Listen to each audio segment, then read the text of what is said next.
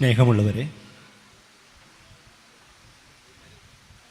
മതം ഒരിക്കലും മനുഷ്യനെ ശത്രുവാക്കാനല്ല നിലകൊള്ളുന്നത് എന്നാണ് ഇവിടെ എല്ലാവരും പറഞ്ഞത്. ഞാനും അങ്ങനെ തന്നെ വിശ്വസിക്കുന്നു.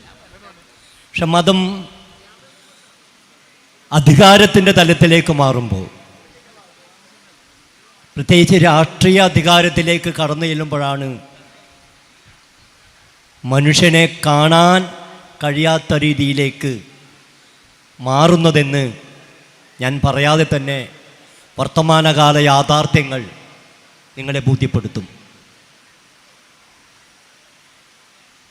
ആത്യന്തികമായി നമ്മളെല്ലാവരും മനുഷ്യരാണ്. മാനവികതയാണ്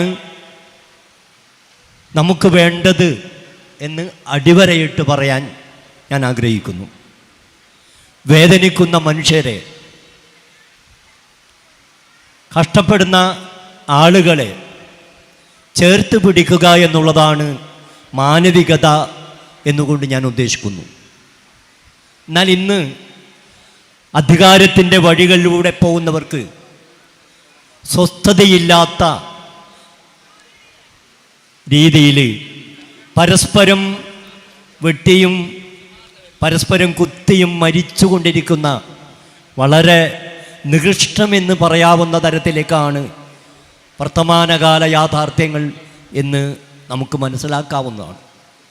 അതുകൊണ്ടാണ് ഇന്ന് മതസൗഹാർദ്ദ വേദികൾ ഉണ്ടാക്കുന്നതിനെക്കുറിച്ച് ആലോചിക്കുന്നതും പ്രാവർത്തികമാക്കുന്നതും. അതിനപ്പുറത്തേക്ക് കടക്കാൻ കഴിയണം എന്ന് മാത്രമാണ് ഈ സന്ദർഭത്തിൽ പറയാനുള്ളത്.